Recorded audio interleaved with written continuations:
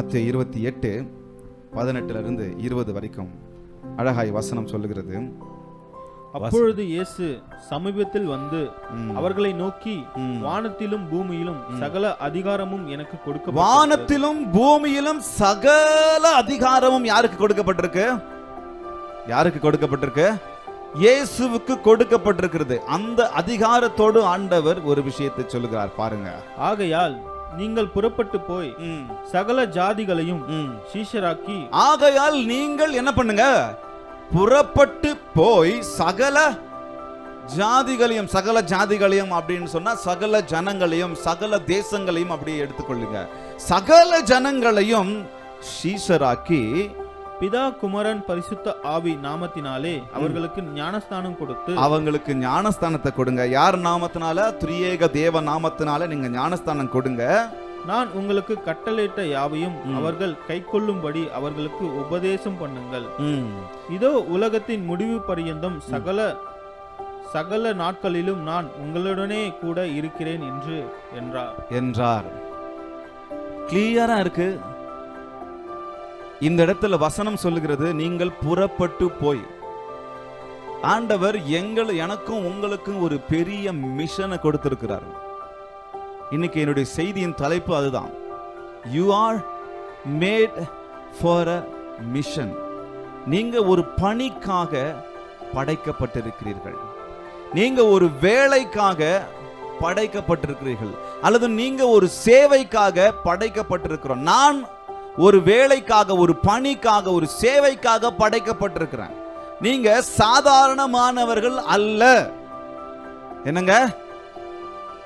டெய்லியும் அனுதினமும் எழுந்து என்னென்ன வேலை செய்றீங்க கொஞ்சம் கற்பனை செஞ்சு பாருங்க. எழுறோம், ரெடி ஆகுறோம், வேலைக்கு போறோம், சாப்பிட்றோம், வேலைக்கு போறோம், வேலை செய்யறோம், அதுக்கப்புறம் சாப்பிட்றோம், அதுக்கப்புறம் வேலை செய்யறோம், அப்புறம் வீட்டுக்கு ஓடி வரோம், திரும்ப படுத்து தூங்கிடுறோம், குடும்பத்தை கவனிக்கிறோம், திருப்பம் காலையில் எழுந்திருக்கிறோம். ரிப்பீட். என்ன ஆயிட்டு இருக்கு? இது ரிப்பீட் ஆயிட்டு இருக்கு. நம்ம இதுலயே பிஸி ஆயிடுறோம். ஆண்டவர் எனக்கு உங்களுக்கு ஒரு பெரிய விஷயத்தை சொல்லி இருக்கிறார். என்ன? நீங்களும் நானும் ஒரு மிஷனுக்காக படைக்கப்பட்டிருக்கிறோம். You are made for mission. You are made for a mission. ஒரு பணிக்காக, ஒரு வேலைக்காக என்னையும் உங்களையும் ஆண்டவர் படைத்திருக்கிறார். நீங்க சொல்லலாம், வெறும் பிரசங்கம் பண்றவங்க மட்டும்தான் போய் மிஷன் பண்ணணும், போய் ஊழியம் பண்ணணும், போய் பிரசங்கம் பண்ணணும், போய் சுவிசேஷம் சொல்லணும், போய் ஜெபம் பண்ணணும். ஆண்டவர் அப்படி சொல்லல.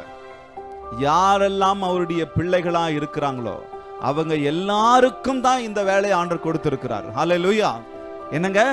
அவங்க எல்லாருக்கும் தான் இந்த வேலையை கொடுத்திருக்கிறாங்க. இன்னைக்கு நம்ம என்ன பண்ணிடுறோம்? வெறும் பாஸ்டர் மாத்திரம் ஒதுக்கி வச்சிடறோம். இவர் சுவிசேஷகர், இவர் அப்போஸ்தலர், இவர் மேய்ப்பர் போதகர், இவர் தீர்க்கதரிசி, இவங்க இதை தான் செய்யணும். ஆண்டவர் சொல்றார், சீஷர்களை நோக்கி சொல்கிறார். என்ன சொல்றாரு? நீங்கள் புறப்பட்டு, பக்கத்துல பார்த்து சொல்லுங்க, நீங்க புறப்பட்டு போய். அப்ப புறப்பட்டு போயினா என்னப்பா? எல்லாத்தையும் விட்டுட்டு நீ பாட்டுக்கு எங்க வேலை வெட்டியெல்லாம் விட்டுட்டு, எங்க ஆபீஸ் எல்லாம் விட்டுட்டு, எங்க விவசாயத்தை விட்டுட்டு போன்னு சொல்றீங்களா? அப்படி ஆண்டவர் உங்ககிட்ட தனிப்பட்ட விதத்துல பேசினா நீங்க வேற வழியில போய் தான் ஆகணும். ஆனா நான் என்ன சொல்ல வருகிறேன்? உங்க குடும்பத்திற்குள்ளாக நீங்க போங்க.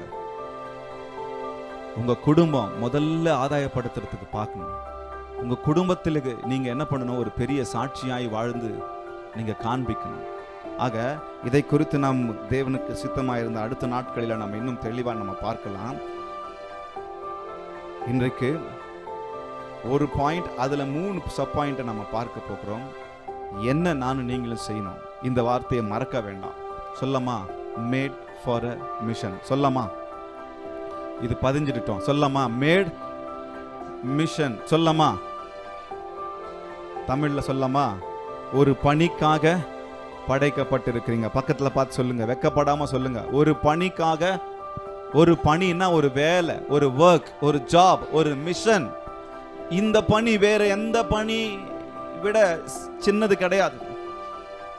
வேற எந்த வேலை, இந்த மிஷனுக்கு வேற எந்த மிஷனையும் ஈடு வைக்க முடியாது. அந்த அளவுக்கு உன்னத பணி இது. அந்த அளவுக்கு பெரிய பிரதான பணி இது. அந்த அளவுக்கு நாம் எல்லாரும் அந்த பணியில இருக்க வேண்டிய நிலையில நாம் இருக்கணும். இது ஒரு குறிப்பிட்ட சாராருக்கு மாத்திரம் கொடுத்த வேலை கிடையாது, இது எல்லாருக்கும் உரியது. ஆனா அவங்க வரத்தின்படி, அவங்க நிலைமையின்படி அவங்க எப்படி கொண்டு போய் சேர்க்கிறாங்க என்பதை குறித்து தான்.